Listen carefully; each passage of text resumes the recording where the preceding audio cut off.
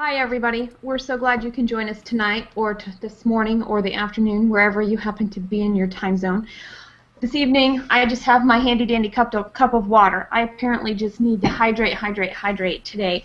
It's been an interesting day.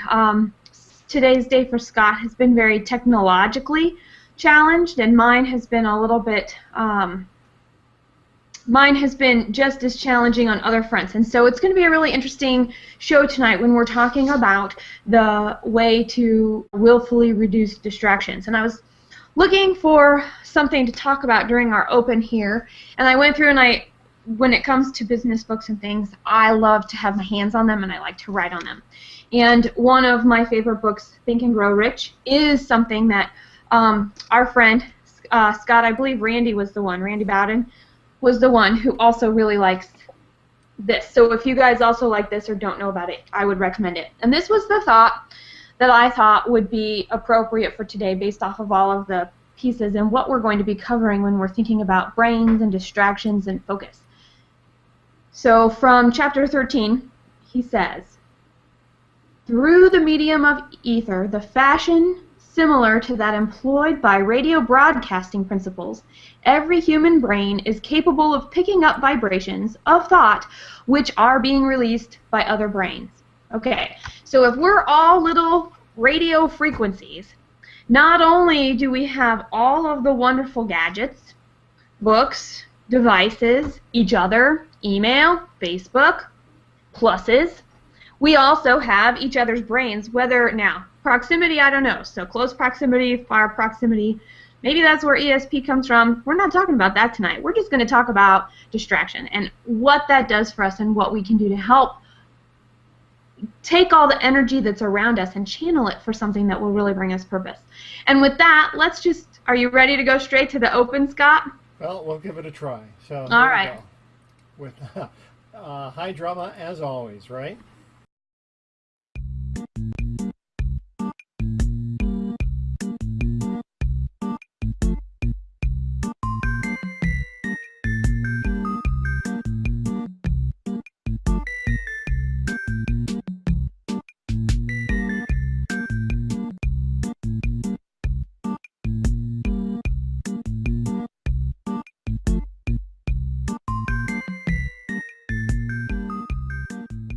People think that this stuff is easy and it goes the same every time, and I'm just like, meh. Yeah. We're people too, and you have to have contingencies, and that actually leads into our distractions. Sometimes our contingencies might be our distractions. What do you think about that? Yeah, I think that you might have a point there because, well, I was going to go the opposite direction actually, because there's nothing more to focus your attention as impending doom. So the closer to airtime, you were pretty relaxed because you've got everything together for you, and I was getting increasingly focused because, all right, I can't use two computers, I can use one computer. Well, what about the audio? Well, we can do this. So I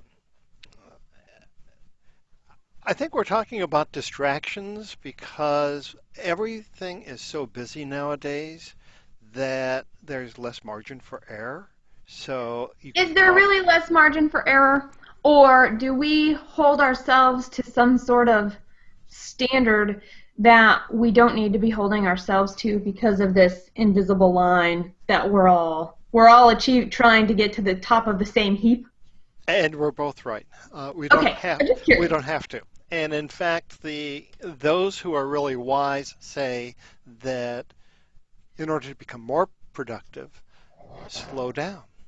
Yes. And to get more done, get more sleep. All of those anti-intuitive things. It's like wearing cotton and wool rather than synthetics. It's like eating vegetables and fruit rather than processed food out of a can. Think back to what our DNA is used to for the thousands of years, right? That's how we can be successful, and it's not cramming in more. I mean, people did not have light bulbs for tens of thousands of years of development. Now that we've got light bulbs, we stay up all night. That's not natural. Say that again? We will allow ourselves to get distracted for all sorts of things. We're at work and we'll do email, or we'll go on YouTube, or we'll do all sorts of other things. We have a task to do, we get distracted. Are people allowing themselves to get more distracted nowadays than they used to? And is that maybe some sort of covert way of, screaming, hey, the mess that we're in right now is not exactly what I want, so I'm going to get distracted. I'm going to do something as a safety valve to restore balance. I think, well, sure, you might think that, but then are you telling yourself a story? And what kind of story are you telling yourselves, right? Because we can listen to brain chatter, we can listen to our hearts, we can listen to a combination of both, but in the end, what if we're not, what if we don't listen to any? And I think our biggest busyness problem is that it allows us to not make decisions. And I think that's our biggest issue in terms of taking action and getting to where we want to go, because we don't make decisions to move forward. And and don't ask me why this just popped into my brain, Sesame Street just popped into my brain. What was Sesame Street segments are what? They're 7 minutes long or something like that. And that's because that's the amount of time the age of the children that are watching the show can process each segment. And I find that interesting, because how cool is it that we can know what those bite-sized pieces of information are, but with so many things trying to compete with our time, we took something from these 7-minute segments that we watched as kids somewhere along the line, and our kids may be watching this, these same segments or news segments or whatever, but now everything is becoming condensed and shorter and shorter and shorter to try and compete for time. And do we owe it to ourselves to not take it all in? Yeah, that was my point exactly, I think. Yeah. I like that. Okay, how about if, while you set this up, so everybody, this was our inspiration for our show. Recently, David Amerland was on our show, and he made a comment that really resonated and, was a little bit of a wake-up call for Scott and I, and in several conversations it's come up. And so that's where this whole idea of distractions and taking us away from our purpose came from.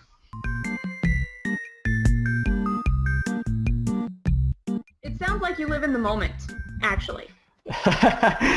That's very zen. Well, I try to. I have this rule about how many, which sounds weird, how many thousands of hours we have left on the planet, and I figured I have about 30,000 hours left. So every hour that goes, it's gone, right? So I think every hour that goes by, if I don't do something which is meaningful, and even if I do nothing, if it gives me something and it helps me recharge or think, then that's great. But to do something to waste it simply because perhaps it's conventional, perhaps people expect it, well, I don't do that anymore. So there you go. It's just amazing the depth and the breadth of the sort of information that you're able to bring to bear. Is it like a sandbox for you? Do you feel like you're in a perpetual state of play and school, and this is like better than going to a community college? One of the things I missed about university when I left was the fact that I did chemical engineering, and we know you can talk about quantum mechanics and electrodynamics and maths, and we used to sort of stay up till very late or very early in the morning discussing the implications of quantum mechanics, which are philosophically, they're fundamentally mind-blowing. And you leave that environment, you don't get that anymore. And you go to work and you talk about spreadsheets and pie charts and businesses and money and profit margins. And we come here, 21st century, this kind of environment where you can actually combine the two. And I think this is truly liberating, because you don't have to sort of curtail the power of your mind and your imagination. And the fact, the excitement we felt as children, even when the world is new and things are happening, well, we're feeling that again now. And now I love it. It's the kind of thing sort of keeps me going.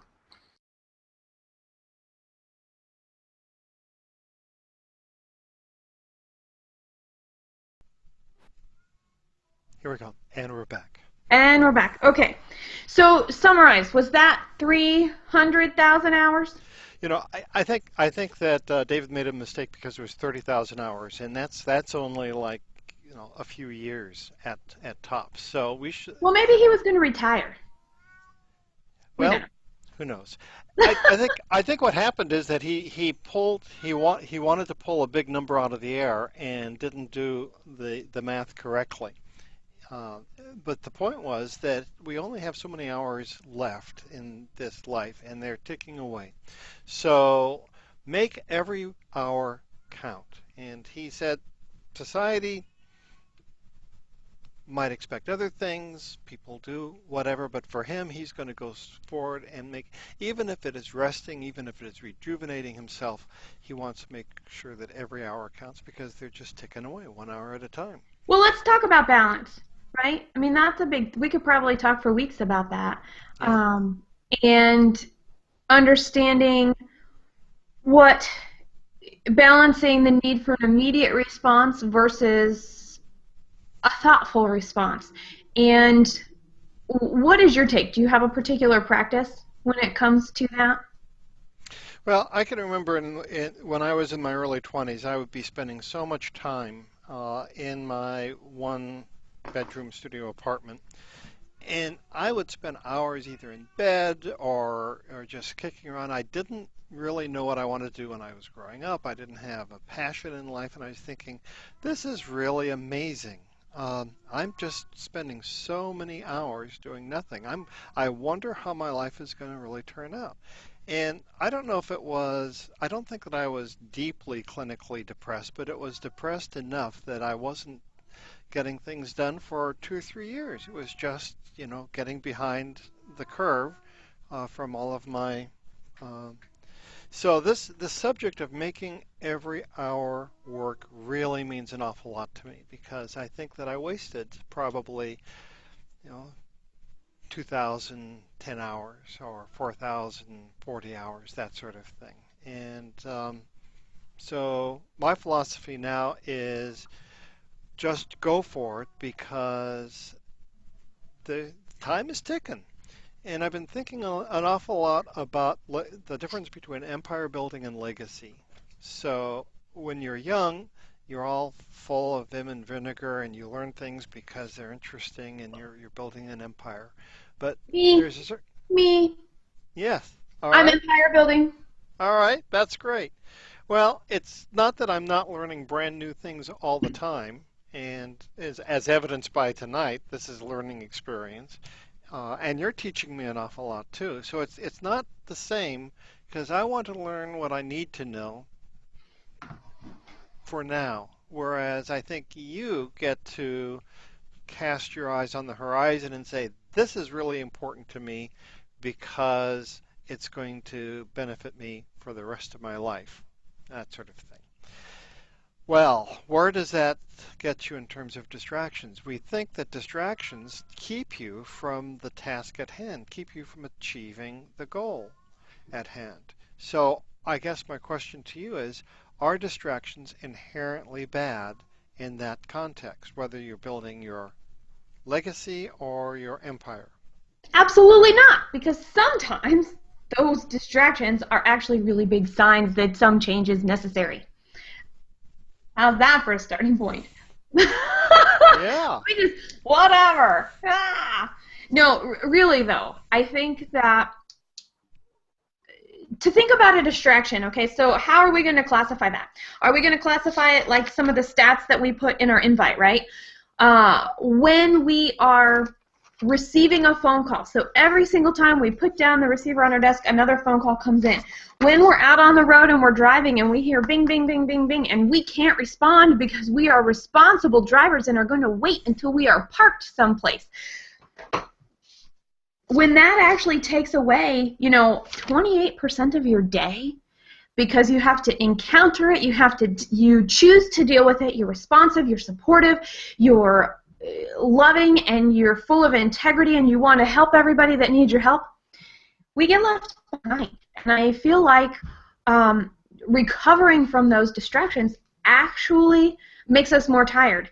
And that's actually probably where I'm coming from at this point right now, Scott, is that today was an amazingly productive day. I met fabulous new people. I had amazing conversations. I was able to start thinking about new opportunities and evaluate things in new ways and really use the thinking, planning part of my brain.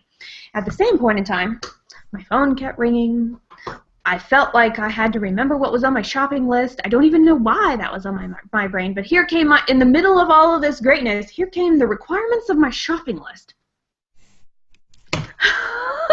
Okay, so in that particular sense, I'm like, all right, do I need a quick break? Do I need to go stand in the rain? We are in Seattle, everybody. In the rain, under the clouds, and get a little bit of fresh air? Do I need to, maybe do a rain dance, get my blood moving, go get on the rowing machine, turn on some really loud music, and get a refocus? Because I think sometimes, receiving distractions is one thing, but actually when your brain kind of takes over, I really think it's a point to check in with ourselves. Do we need to take a break? Do we need to get a glass of water? Do we need to step away from all of the stuff that's going on around us so we can quickly check in and get a sense of where we're at and what we're trying to do so we can refocus? What does it mean to lead a What does it mean to lead a disciplined life? Discipline? A disciplined life. Somebody's poking you and prodding you and reminding you of all the shameful things you shouldn't be doing? No, I'm kidding. Well, I'm reminded that you are the proud mom of a young'un, and discipline has a very special, potentially a special meaning for you. Well, and actually, we believe in practice. Okay, so if I were going to do this, I'm going to reveal one of my really big secrets. It doesn't matter if you're 2.5 or 12 or 32 or 52 or 82. There's this thing called positive discipline, and it's in the way that you use your words, okay, and the way that you have conversation. So if I were to think about it with Carter, right, he's got bubbles in his brain. He's 2.5. He's an amazing kid, and he's easily distracted. There's so much around him that he's learning. And when we as adults get in that phase, it's kind of cool to be there. And we don't get to be in that place very often. So when we get there, what do? We immediately go, wow, I'm really distracted. Oh, I'm getting behind. Look at all the stuff I have to do. I can't believe this. But I sure did have fun learning all that new stuff while I was on a hangout today, which made me want to go do some research. And wow, I got 2 blog posts and all this other stuff. But I still have 10 sticky notes sitting on my desk. We are so hard on ourselves as adults. So how does that have to do with discipline? I think we might need to change our focus, and the focus is discipline doesn't necessarily have to be a box or a path with which we put ourselves and we have to stay within those bumpers. Discipline is recognizing that we have something that we want to do, and the path and life is messy, and that messy path actually brings a lot of value, and some of those tangents make the outcome of where we're trying to go that much more beneficial, powerful, fruitful, whatever your word of fulfillment is in that. And I don't think we as adults give ourselves enough credit or are willing to take the time to explore that. So I don't know if I answered the question or even talked about positive discipline as far as that goes, but the fact that it's a lot of gray area. It doesn't even matter whether you're talking to yourself or one of your colleagues or somebody wiser than you or somebody that's still invincible and learning the ways of the world. So I think the subtext of all of our conversation is, what does it mean to have a successful life, to thrive and to go forward? And I'll bet you almost anything that the word to be distracted is one of those words that has a negative connotation. That if you take a break from doing something and you end up in a better mental space and you're more thriving, you're leading a more balanced life. That's not being distracted. That's leading a balanced life. If you've got a task to do and it's important to get done and you allow yourself to get distracted and all of a sudden it doesn't get done, then you're not thriving. You're not being successful. So it's almost that we're talking about definitions, the same activity. So wisdom is knowing when the activity is a distraction and when it is fill in the blank. I need some help here. Well, okay, so to What take that, what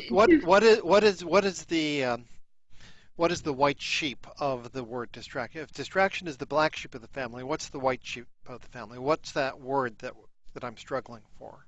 creativity, Creativity, would that be a good word? innovation, Mm-hmm. fun, Mm-hmm. uh, childlike behavior. Yeah, well, and we couldn't do those things without allowing ourselves a little bit of freedom. So, let loose a little. And you make a really good point, and I actually think we make distraction a skill. I actually think we take all this time, to make distraction is a skill that we don't really want to talk about. And we talk about focus and how do we get focused and how do we do all of these things, but what about the opposite side of that? Why don't we just own it, hug it, and say, hi, distraction. For whatever reason, I'm distracted, and I don't feel like I should be doing this, even though it makes me feel good, or I need to I need to reevaluate, or whatever. It's really interesting how we can get on these tangents and we can't think about other ones. I was thinking about that in a couple hangouts I've been on recently, where we get on this path and it's a really great conversation and we're all singing the same song and we're having this, but then I'm like, well, what about the other views? So guys, if you have anything to add or something that we could segue in, please don't forget, please join us on the event page or comment on the video on YouTube, because I believe it will show up on our event page so that we can see that. With all of our technical difficulties, we did reduce the amount of things we were trying to manage, so we do not have our comment tracker or our question and answer on. All right, so in terms of tips, we're going to talk about Earl Rudolpho. He actually left a tip on the event page before the show, and he said, my tip for reducing distraction willfully is to take habitual time for introspection about life, its meaning, and my purpose in it. That is a very big statement, and I think it's really cool to do. How often would you do that, though? Would you do that once a day? Would you do that once a week? Would you do that once a quarter? What do you think, Scott? How would you, if that was what you said, what is your timing for self-introspection? Well, that implicit in what he was saying is that you take the time because there is a deficit, there is a hunger, there is a dry spot in your life, and you need to water the soul as well, and that's how I took that. And how often does a person need to do that? I would say clearly, if you do something wonderful for yourself just before going to sleep, then you'll have a good night's sleep. And if when you wake up you say, this is a great day, you feed your soul that way, then it's going to be a great day. And then if you do it periodically through the day, it'll be maintained. But every person has their own rhythm. Every person has their own needs. And I would also say that occasionally, when you're on deadline for something, you throw all of that out the window and you just put your shoulder to the plow and you go forward and you do whatever is necessary, and then you reward yourself later. So there is no universal answer that's good for all times. I would say there that you're so great. You're like, yes, everybody's different. I agree with you. Where I differ is that all of us need to be okay by ourselves. And with the amount of time we're online together, in email, on our social media platforms, writing our content, we are constantly connected. And when we're not online and we're with our family, we're still with other people. So how often do we take time to actually be by ourselves and be comfortable by being ourselves? And that would be the thought that I would leave you with in terms of a tip for removing distraction, is at which point in time I can sit by myself and go, wow, I'm actually a really cool lady. Wow, I really have a lot of energy. Wow, I really have a lot to give. And isn't it amazing that I have this gift that people want to pay me to help them do? Yes! When we can do that, I think we have achieved what Earl was describing. And I think that does take regular practice. Okay, we have a question from Debbie Davis, and that All is, right, Debbie, what's up? are you ready for this? Yeah. What about spontaneity? I knew you were going to do that. I mean, I just knew it. You just knew it. I should have written it on a piece of paper and then. Oh, now, does that make it spontaneous if it's predictable? Well, you know, the answer is absolutely yes, because I didn't know I was going to do it. Oh, all right. So, yes, I love that addition. I don't think we're spontaneous enough, and I think we feel like our noses have to be to the grindstones and we have to be on this path all the time, and we don't give ourselves the opportunity to let there be spontaneousness in our lives. I mean, not after meeting you, Jess. What does that mean? You have done more. You have done more for my spontaneity than than anyone I've known for a long time. Well, thank you for that. And just a little bit of words to the wisdom for people. If you ever want to bring your inner self out spontaneously, start doing these hangouts on air. It is an amazing experience. There's just enough of a buffer between yourself and the world out there that you feel safe enough that you can be That's spontaneous. Awesome, Scott. Okay, so are you saying be spontaneous in a safe space? Yes. Oh, it's a safe space in which to be distracted. I love it. I'm just trying to make it funny. I don't know if that's true or not. You don't know if that's... Well, I actually love the idea that spontaneity just joined this conversation. Thank you very much, Debbie. Yes, I think that they should. How do you... now, so if you're still listening, Debbie, I want you to jump in and I want you to tell us what's something that you did that was spontaneous today. Because I'm trying to think. So what was something that I did that was totally spontaneous today? I ate a sandwich with a salad for breakfast this morning. That's what I did that was spontaneous. I needed to eat, and I knew exactly what I needed to eat it, but it made no sense because it was not supposed to be, didn't fit that part of the day, but I did it anyway because that's what I wanted to do. And it tasted really, really good to eat lunch at breakfast. How about you, Scott? Did you do something spontaneous today? I did something spontaneous. I'm communicating with Debbie and I can talk at the same time. Is that double tasking? And I thought we weren't supposed to do that. Let's see yeah, here. Somebody we know just did a blog post about that, didn't she? Yeah.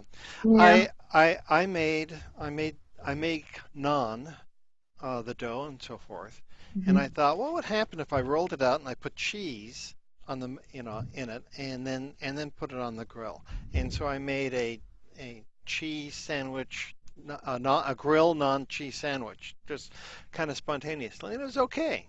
It worked out. It turned out okay? Yeah, it did. That's awesome. I'm gonna do it again, but next time it'll be deliberate, not spontaneous. Well, good enough to repeat. There you go.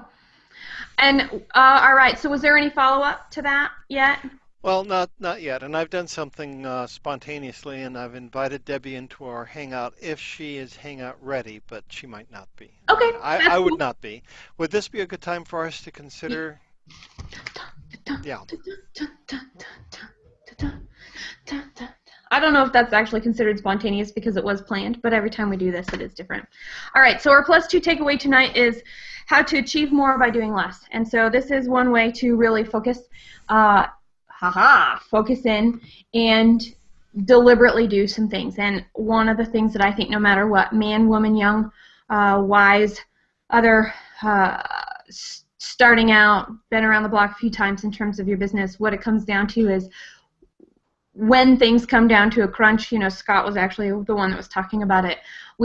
He said shoulder to the plow. I said nose to the grindstone. Maybe the rest of us just tune out and hunker down and try and get some work done. But we forget about ourselves. And without having the time to take for ourselves, nothing else is possible. And so whatever that might be, recognizing it needs to happen, being spontaneous because somebody calls you up and says, hey, I would like to go for coffee right now. Can you come with me? And you're like, I still have my to-do list from last week sitting on my desk.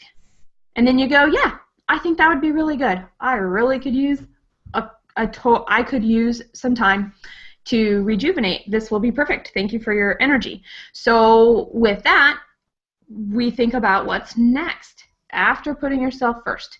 And that is, what are really true distractions? And that's actually something. We talked about being distracted a lot, but what is a true distraction? A true distraction is something that you go to. So when you're trying to achieve something, let's say you really don't like to write blog posts or draw your pictures or create your pins or I don't know, some part of your marketing. There's some that you really like, and then there's some that you really don't like. And every single time you've got to go to the thing that you really don't like to do, what comes up? Oh, I have to catch up on my DVR. Oh, I have to call my entire family and see what's going on. I haven't talked to them since yesterday. Oh, I have to make some cookies now. Oh, I think I want to make a 3-course meal for dinner. Whatever that is for you, recognizing that there's a distraction in place sometimes to take us away from something we don't want to do, but also maybe something that we're not quite ready to face. So if we are a little insecure, if we are looking for a little bit more confidence, so we're going to a task that brings us confidence that we can then turn around and bring that confidence back to our task, right? There are a lot of different ways with that. So what about, so when we're thinking about the emotional and the mental distractions, okay, click. What are the stories we're telling ourselves, right? Then that was one of the things I was just articulating is how can we know what that means? Is it the brain chatter that is getting in the way of our heart? And if we feel like we're debating something, what is that debate? And is it actually helping us, or is it getting in the way? Because remember, work is hard. Working is hard. Every step that we take to do what we do and get better at it every single day is hard work. But it shouldn't be difficult. And if it's difficult and every single time you turn around there's a new obstacle and it becomes a point of energy drain, there's probably a story around it. And is there a way to frame it differently to actually bring energy to it instead of letting it be a place where all your energy goes? And that could show up in some sort of a habit, whether it's emotional eating, whether it's extreme exercising, whether it's, extreme ironing. I saw that one time, and guys ironing on the top of mountains. All right, so then we have to get some filters, which is the next slide. And how do we want to filter? What can we do to actually build our filter and start giving ourselves time? Because with the amount of stuff that's out there, we're trying to consume.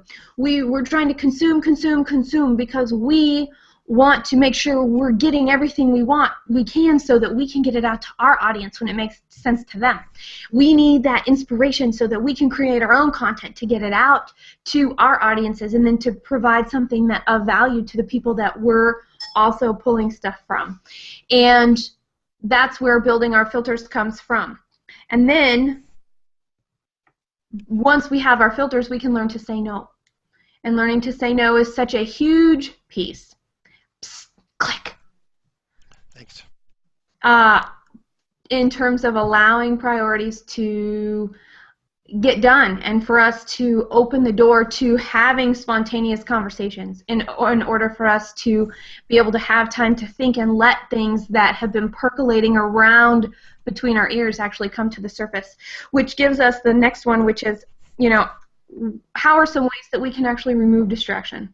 And this is something that I think would be really cool for everybody that is watching to share.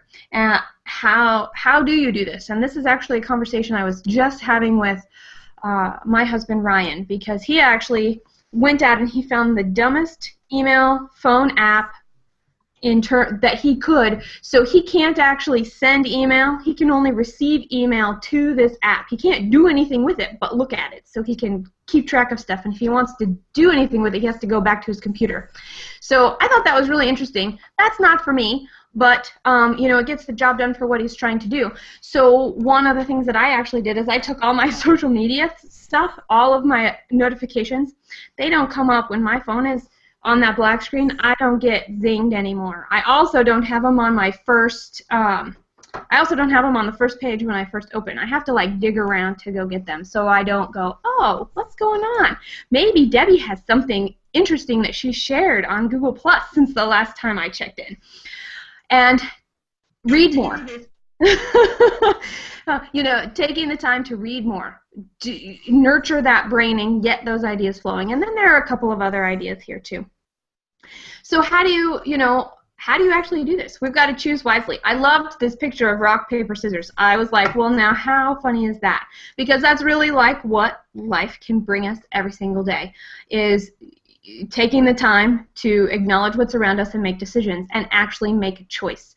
Make a choice to move forward with something. If it's not right, something will let you know, and we can always revise. It's one of the cool things about being human, is that we get to polish ourselves and get better and better and better as we go. So propel yourself forward, take the time, work hard. And that's the end of the plus two. Do the hard work. Be consistent. So now, Debbie, welcome. Thank you. Can you hear me? Yes. We can hear you well. Cool. First of all, I'm so excited. I saw this HOA come up on my calendar this afternoon, and this is just a topic that I'm extremely passionate about.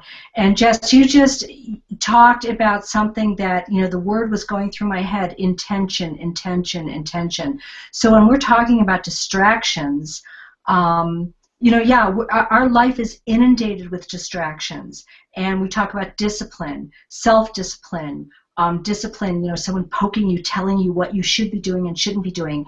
I like to think of taking, an intentional approach to managing the distractions. We can't get away from them. Our life is full of distractions.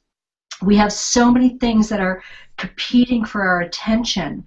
And I'm not a mom. I admire so many of you who have raised children and who have to, put other priorities before your own. That is an incredible skill, and it's very admirable.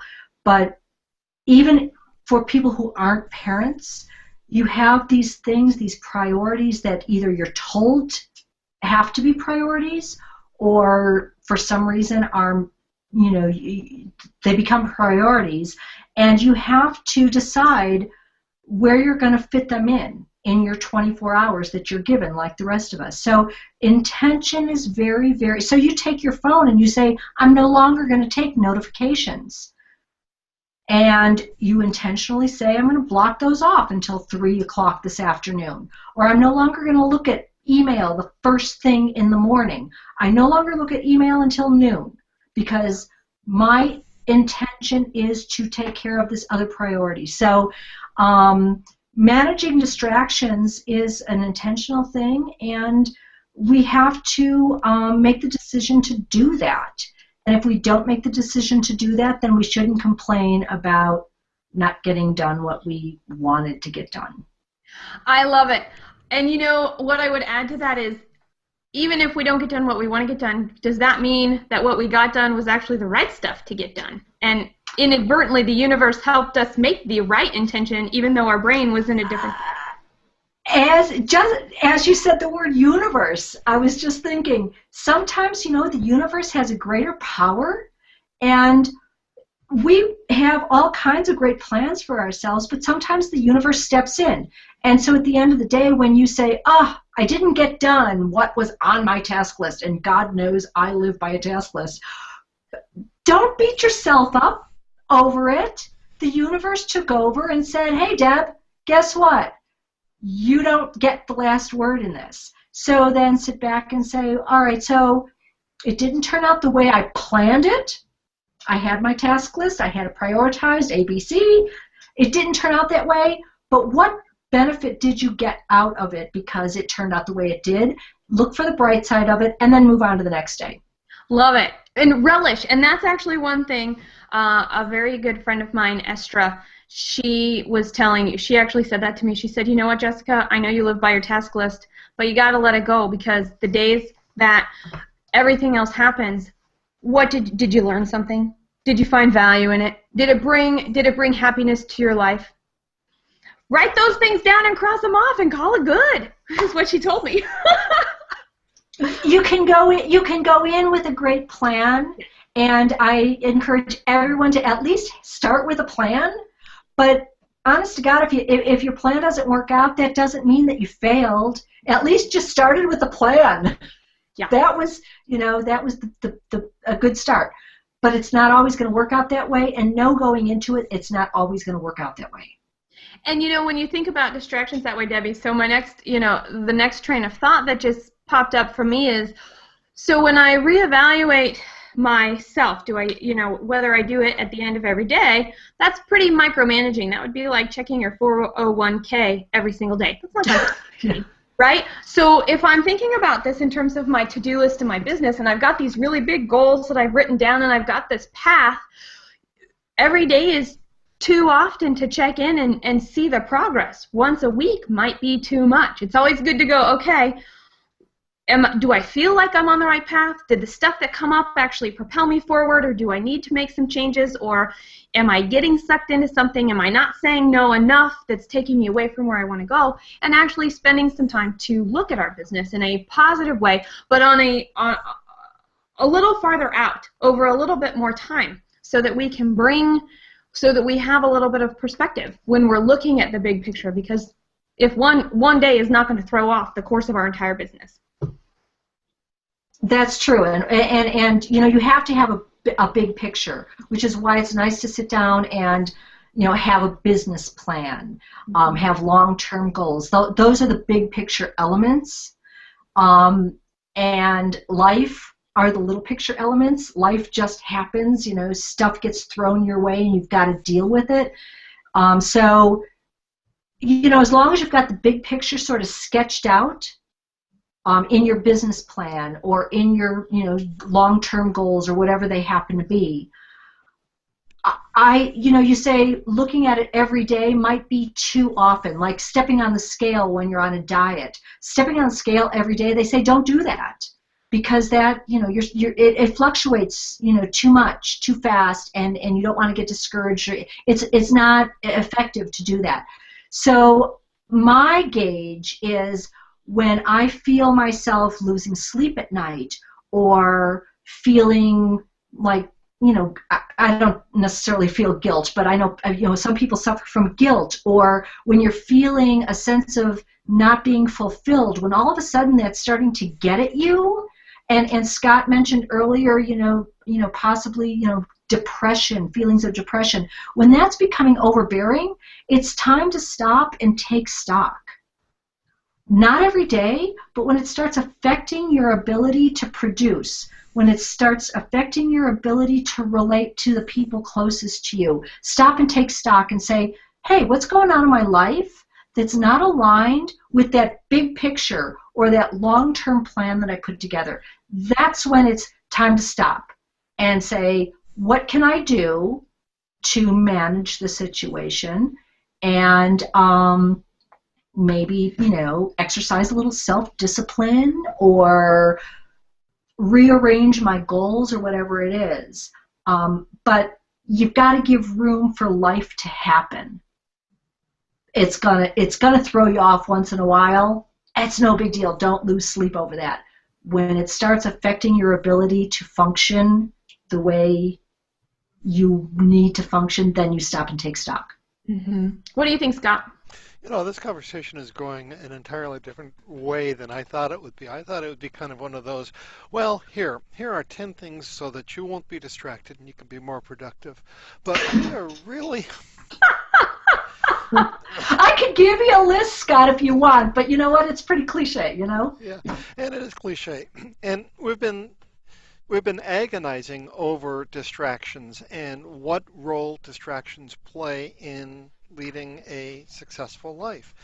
And I don't know if we've come up with a clear, bright line that says, well, this is the way it is. It's almost as if the real subtext of what we're talking about is we're so focused in on trying to be productive that that we should be distracted from time to time so that we're not too monolithic, so that we're not too unbalanced, too, you know what I'm trying to say. I know exactly what you're trying to say, and I want to say, speaking of distraction, this was the best distraction of my day, having Debbie participate in the conversation, and now here she is as part of her hangout. If that's not the universe talking to us to add depth and share an additional bit of knowledge, heck, that's okay. So distraction is not a bad word. It's just a word we need to take stock of and appreciate what that opportunity brings us. What do you think about that? Wow, that makes me feel great. Bravo. Yeah, that makes me feel great. Well, thank you for that. And I want to say thank you to all of our viewers. We had a great night. We are out of time. I appreciate everything. Come back next week, and you never know, maybe you're going to end up in our film strip too. We love it. Welcome to our world of distraction where it's maybe serendipitous, spontaneous. Woohoo! All right, talk to you guys later. Thanks, guys. It sounds like you live in the moment, actually. That's very zen. Well, I try to. I have this rule about how many, which sounds weird, how many thousands of hours we have left on the planet, and I figured I have about 30,000 hours left. So every hour that goes, it's gone, right? So I think every hour that goes by, if I don't do something which is meaningful, and even if I do nothing, if it gives me something and it helps me recharge or think, then that's great. But to do something to waste it simply because perhaps it's conventional, perhaps people expect it, well, I don't do that anymore. So there you go.